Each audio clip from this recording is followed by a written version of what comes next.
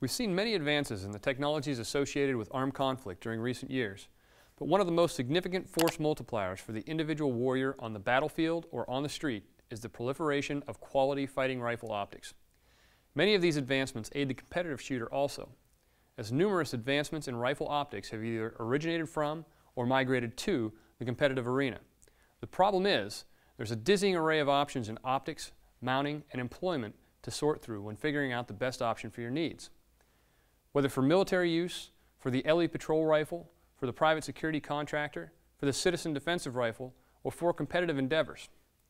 Today we're going to take a look at the advantages of optics on fighting rifles, some of your options for choosing a rifle optic and mount, and some considerations for optics use. So what are the advantages of using a rifle optic? The first, and arguably the largest benefit, is allowing us to keep our target and our sighting system in a single focal plane.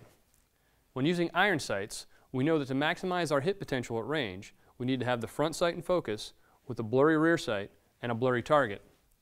In dynamic situations where we want to be focused on the threat, whether to discern the location of an adversary using cover, to recognize when the rules of engagement have been met, or purely from the physiological stress response, optics place our aiming reference in the exact same focal plane as the target, allowing us to both keep focused on the threat and have a precise firing solution at the same time.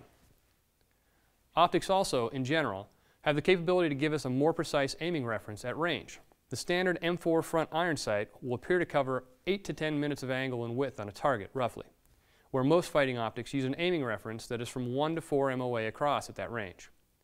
This allows us to be more precise in exactly where we are placing our aiming reference. Additionally, in the case of magnified optics, our target discrimination ability is increased. Magnification allows us to find and identify targets faster and easier and engage more accurately at range. So now that we've established some of the advantages, what are the costs? Cost itself is most obvious. Good optics are not inexpensive. Purchasing high-quality optics from Policestore.com and Brownells.com takes the risk out of a large optics expenditure. With our 100% unconditional lifetime satisfaction guarantee, if what you've purchased doesn't suit your needs or doesn't work for you, we'll make it right. Another potential drawback is that anything made by man, and especially those things that run on batteries, can fail, usually at the worst possible time. Modern optics designed for professional use are incredibly rugged, but still not 100% foolproof. So with any optic, we want to have a backup plan. One way of establishing this is with what is referred to as co-witnessing. Co-witnessing is simply aligning our sights and optics in a manner that we can use our iron sights while looking through the optic in the event that our electronic aiming reference fails. In normal use, this means that if we are looking at our iron sights, the dot or reticle of the optics should be sitting on or very close to the tip of the front sight post, depending on whether or not we zeroed them at the same distance or not.